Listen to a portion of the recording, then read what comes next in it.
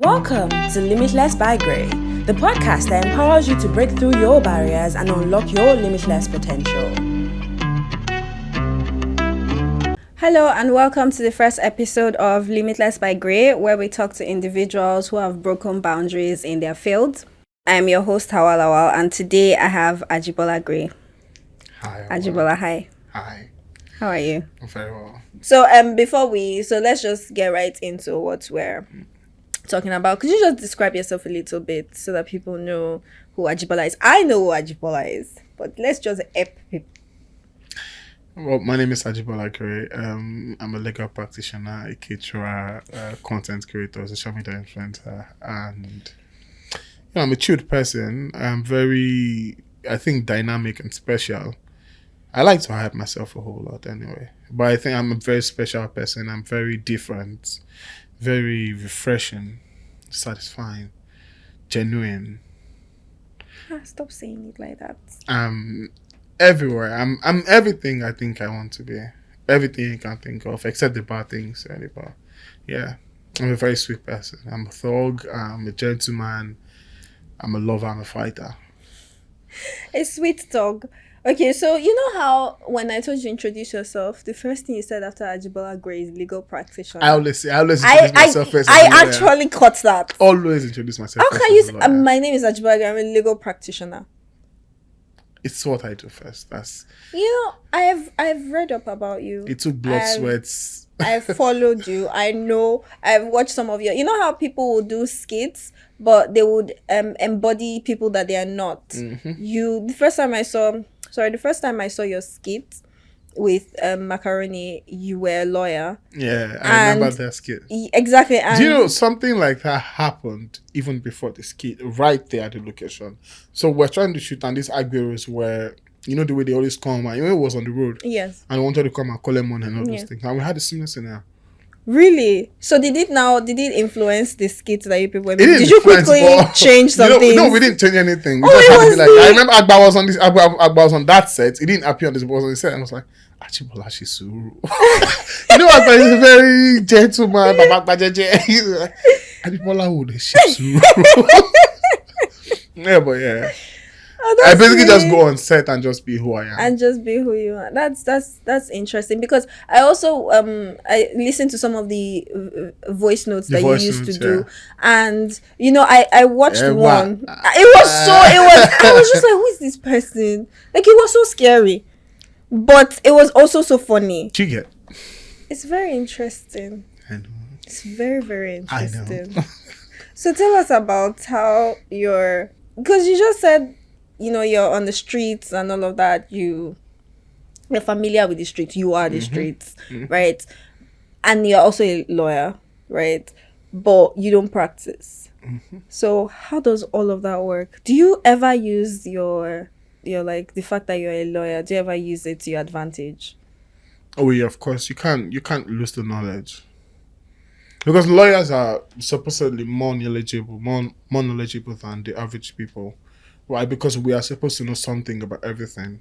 So, you know, being who I am, I went to Labisama University. If at the time, it was a very, you know, rough environment. I go away, you know, we had fights, cultism, all of those. So, you had to survive. I was reading that you were a lawyer for a day, and it was so funny how it was almost like a Gen Z story. Minutes. It was such a Gen Z story. I feel like I'm a Gen Z. I feel, that's how I feel. I've really been all rebellious all my life, though. So it was for 30 minutes. Tell us. And I carried my bag and I left. So I got to a law firm, and it was like a whole lot of folders. They just put like this folder on my table after like 20 minutes up in there. And I read through I was looking for the legal issues and everything. You know, there were things that young lawyers do. And I just thought about it, my nigga. I don't think this is not for me. Nah, man. I didn't say a word. I got up, I put my laptop in my bag. This and is I went a true to Shrine. Story. True story. Monday morning. And I went to Shrine. I went to sit down at Shrine. Oh yeah. With like Boja, with like my one or two things. We go wapa. And that was it. That was my law career was done. And that was it. You just decided, yeah, no. Oh no, After but so then, many oh no, years. but then, law is so broad. You Yeah. can practice like law, Yeah. but I just knew I wasn't the office lawyer and all of those things. But the files that they put in front of you, was it not expected? There was so much. There was so much. It was so overwhelming. It was just like a week after my call to bar or something. It was a lot. Was a lot. Do you understand? I was like, what am I doing here? I'm not this person. I was not reading for exams in uni. I was not. Do you understand? Like, the only time I ever read in my life, read, was law school, bar finals. And I failed the first time. Oh.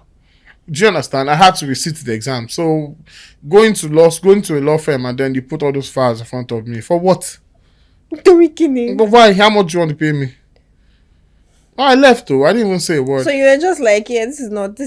Yeah, even when I was in uni, during the 6-month strike that time, there was this 6-month strike that time, 2013, and I resumed. My father said I should go to this law firm to intern and all of those. And after the 4th day there, this man sent me to Apapa and he gave me the exact fare, 650 to Afro at the time. Who sent you to Apapa? The principal. Ah. So I got back, and the day before, he sent me to buy fuel. Right. A keg. So they were just sending you on errands. With tie. I'm law students, I know the way we dress. More tie, Nikeja.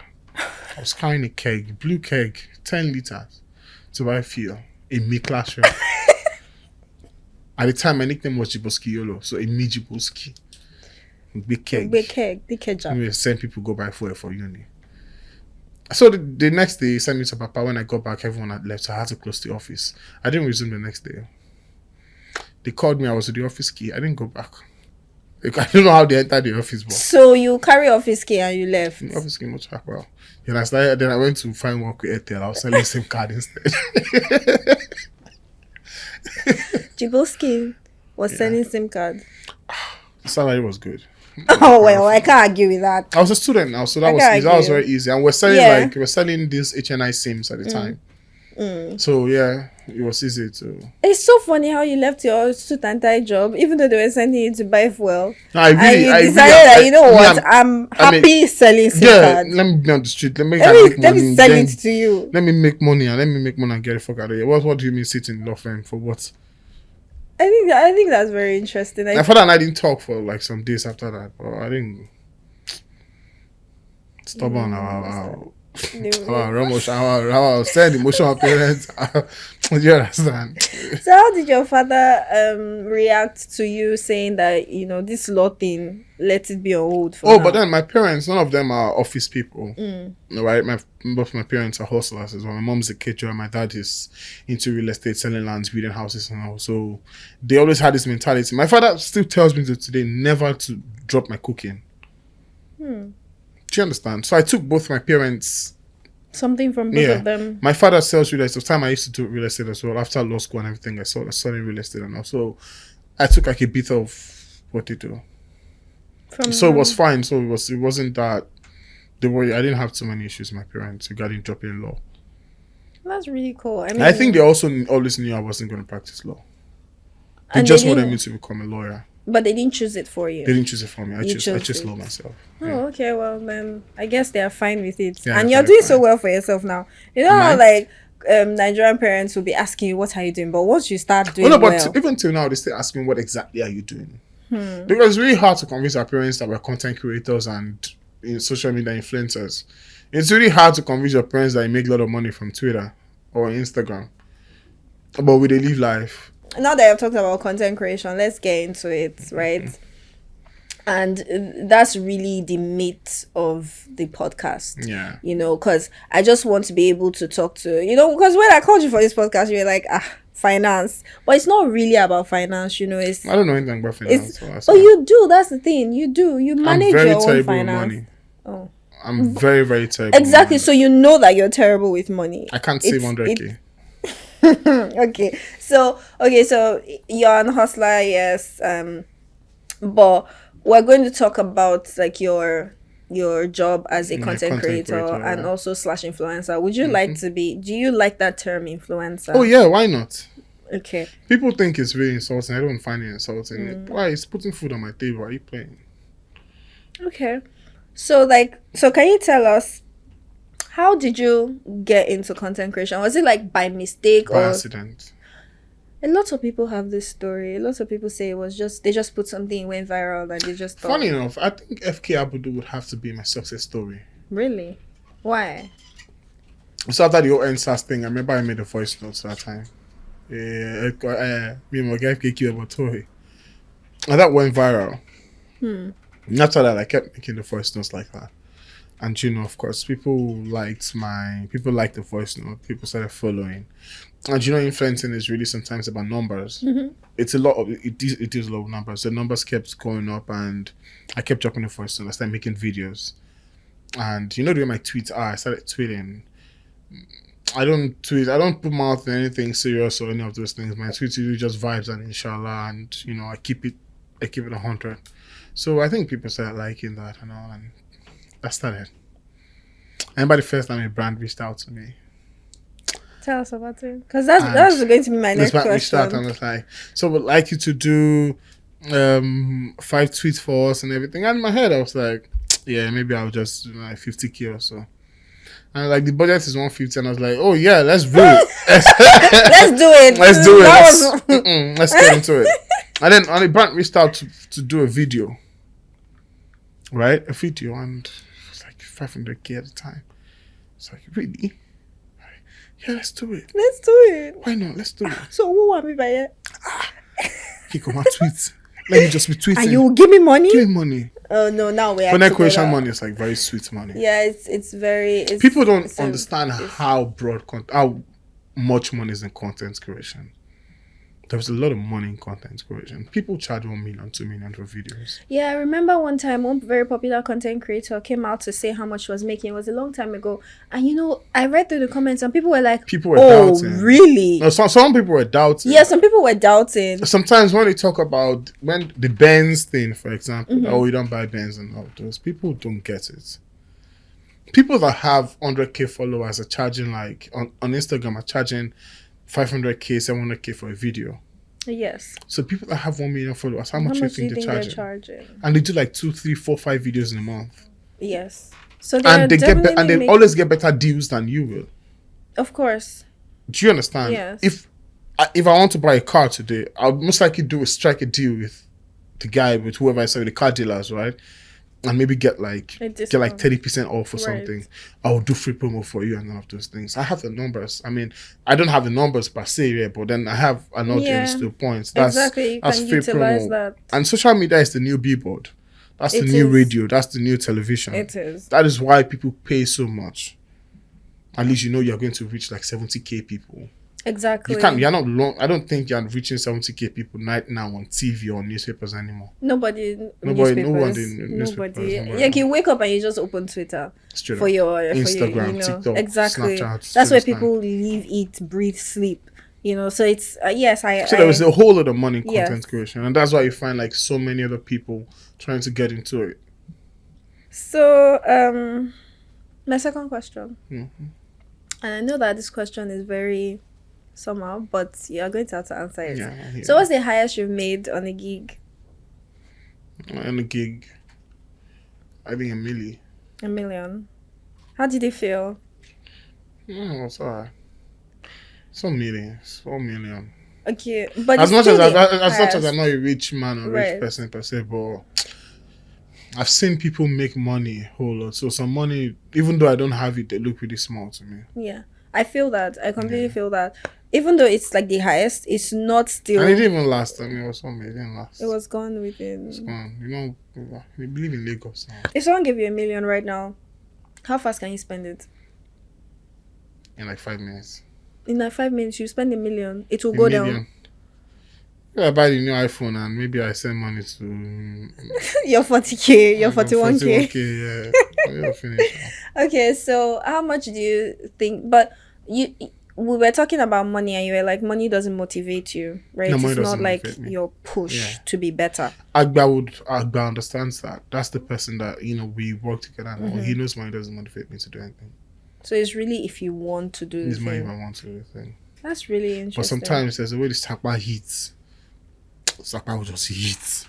You just like, money will motivate you. Do you understand? Like, But yeah, give me 200, that kind of thing. But even though money doesn't motivate you, I'm sure that you must aspire to be making big money. Yeah, well, right? a whole lot of money. Yeah, so you... Not for me. I always say this thing. I don't want to make money for me. I think one of the reasons why, if it was just me, really, if it was just me, I'm fine living my life the way I am right now. As far as I can eat, buy light, buy fuel, satisfy my beauty pleasures and all. I'm fine. I'm good. So what Because I motivates you? think there are a lot of people that will be dependent on me later on, and I want to afford them that life, right? I want to take care of my parents and take care of my siblings, my friends. Sometimes people, when it really hurts when people reach out to you and you can help them. That is one of the things that actually makes me want to make money a whole lot. Because nobody say the money day. I wish. Do you understand? I see my friends sometimes, they go through certain things, and I know that now money you need. Yes. Do you understand? Yes. And sometimes the need for money can affect our mental health sometimes. You get Yes. so sometimes I want to come through for them, but I can't. I would like to take my friends shopping just to make them happy because they're really good people. My friends are really good. I love my friends to bit. So I really would like to do things for them and all. That's the only reason why. Because for me, I'm good though. I'm fine. Really? Yeah, I'm very fine. That's My life, very I don't. interesting. I'm a simple person. No problem. That's very interesting because a lot of people, even though they want to take care of their friends, I and think their parents, that's the reason why I spend money the way I spend money. It's just money. It will always come back. That's really nothing to it. Really? Yeah, that's how I see life. I could die any minute, fam. That's very true. I could die any minute. That's it. It's gone. And the money is just left there. Yeah. And when you die, nothing really matters. Nothing matters. So that's my mentality in life. Nothing really matters at the end of the day. Only people matter.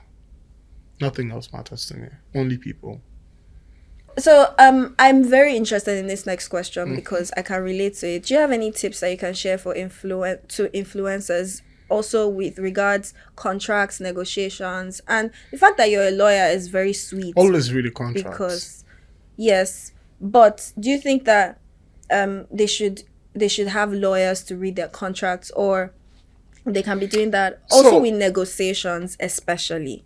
So contracts are they're very easy to read. Maybe because I'm a lawyer, but then contracts are very easy to read because the words are not any different from your everyday words, but just the way they are used and everything can be very difficult. But always read the contracts. Always read the contracts. And don't be afraid to show the contract to someone else to read for you. Because the contracts are there are some things hidden in those contracts that you just don't know. For example, maybe there is always this non-competitor clause.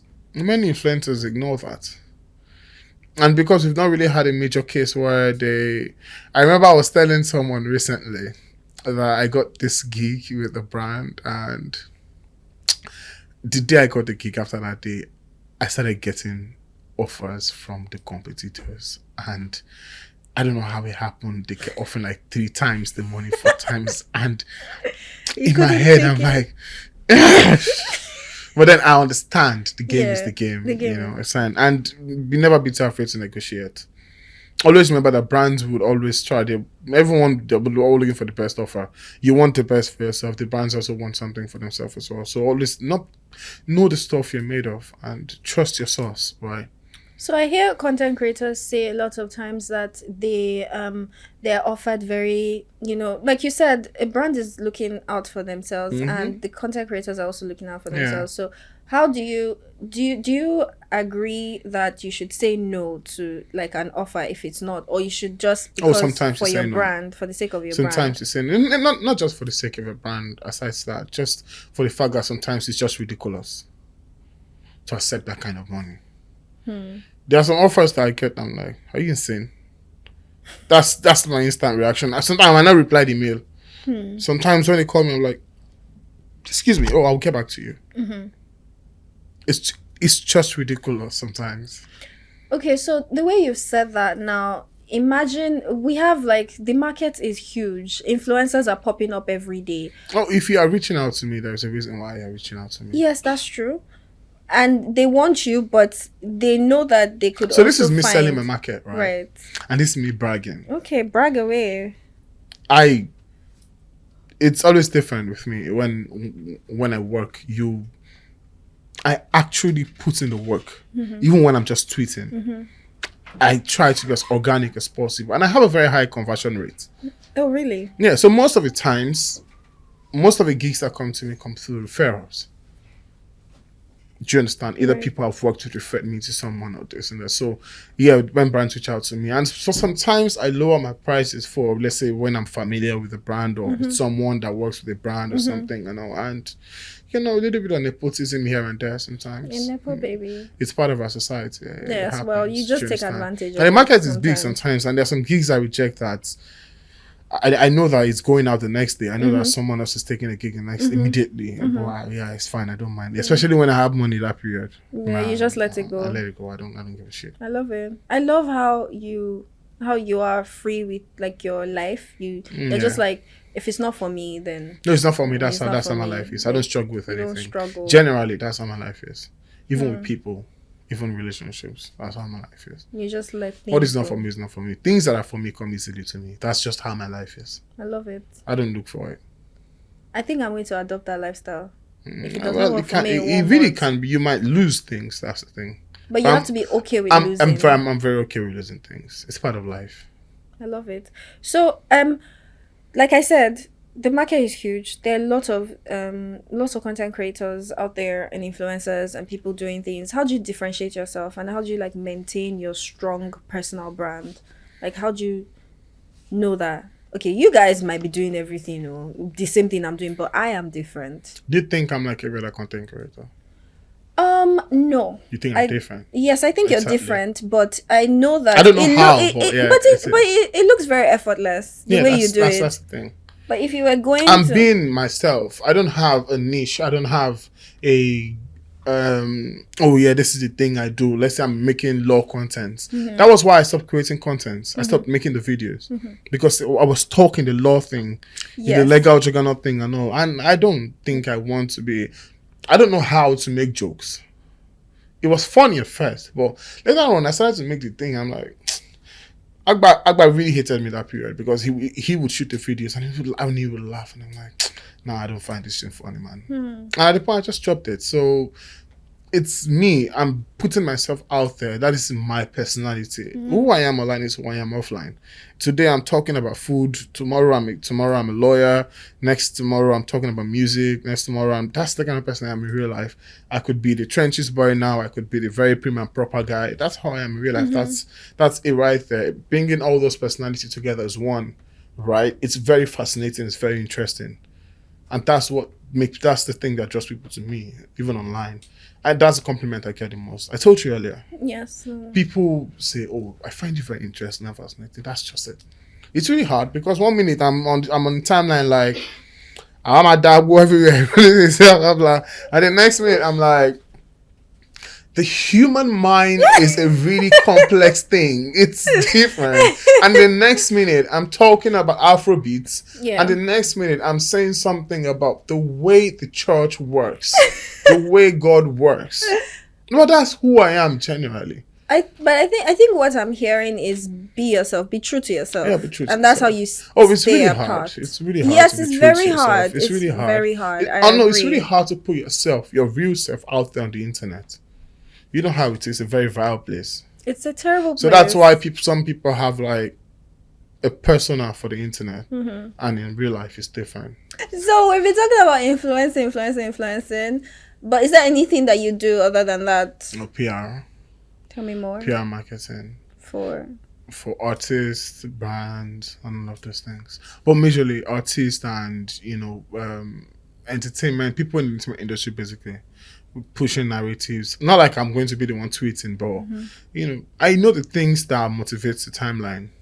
I know the things that can cause chaos. I know the things that get people talking, and that's really it's a lot of money. And I think I like it more than even influencing. Yeah, because I don't have to do. So much. is that which one is your side gig? Influencing or Well, everything is major. I don't have anything side. Everything is major. It comes, you get it. Money's money as a side gig for me. So does it come from your love of Afrobeats? Because you say you Yeah, I like really love strategy. Afrobeats. I've always, I don't think I grew up listening to foreign music and all. It's always been Afrobeat. since the Plantation Boys time, as young as I was, and all of those things. So PR is still it's a thing. Okay, so could you like back to influencing? Could you share how a campaign, like a success story on a campaign that you've worked on? Sorry, like one campaign that you're just like you blew it out of the water. You're just like, yeah, no, I did that shit. Majority of my campaigns. Really? Majority. That I think that's why you don't get imposter syndrome, because you just know your. Oh, so I know how to read. So because I know exactly what the people that follow me. I'm not one of the people that people follow me because of a reason. Like, oh, okay, he talks about law. He talks about people follow me because they are interested in my personality, and I'm one of the people that really. I'm very very great at organic influencing. Sometimes you don't know it's a gig. Sometimes I always tell people, oh yeah, it's a gig most of the time. Right. So most of the time, it's just everything is a success most of the times. The only times I don't like really doing gigs are when they have hashtags and all. Right. It's very obvious it's a gig, but when you allow me be myself, like, oh, be yourself, I know what my audience wants to hear. I too savvy. One last question I made you laugh before we end this show. So what advice would you give? And it's like a 2-in-1 question. What advice would you give aspiring influencers, people that are looking to do what you already do? And also the way you said that you don't really put yourself in a box, you don't limit yourself to one kind of content, you just do everything, and you're limitless, right? So what advice would you give these people on how to be like you, limitless? So the influencing space is a very crazy space, right? Because you are basically feeding on clouds, and clouds can be good and bad. Do you understand? It could be good, it could be bad. So you have to be very careful. We feed on clouds. That's really clouds. And cloud can be good or bad. So because I see influencers do like a whole lot of things, create scenarios, create dramas, get involved in everything, put mouths in every topic. I don't put my mouth in every topic. But I understand that this is what people know me for, and I stick to exactly that thing people know me for. So whether my numbers are increasing or not, I'm not really concerned. I know that I'm sticking to what I'm known for. Do you understand? And you have to try not to like, squeeze yourself into a box or like box yourself up. Okay, this is what people know me for. When you look at people like the Apricot Doctor and everything, you know that, okay, yes, he does the medicine thing, but you've seen him go beyond that, do other things, like open yourself up to other opportunities, because influencing is a very wide space. We are literally limitless. Yes. Literally limitless. There is nothing you can influence. There is absolutely. If footballers are using influencers, do you understand? All brands, movies, food, restaurants, cocktail companies, wine companies, alcohol, beverages, everyone, they all need influencers, because we are the markets, we are the billboards, we are the flyers, we are the banners, we are the radio stations now, we are the TV stations now. That is who we are. So everything gets on TV, everything gets on radio, everything. So exactly. So you can't, box yourself and say, well, this is the only thing I do.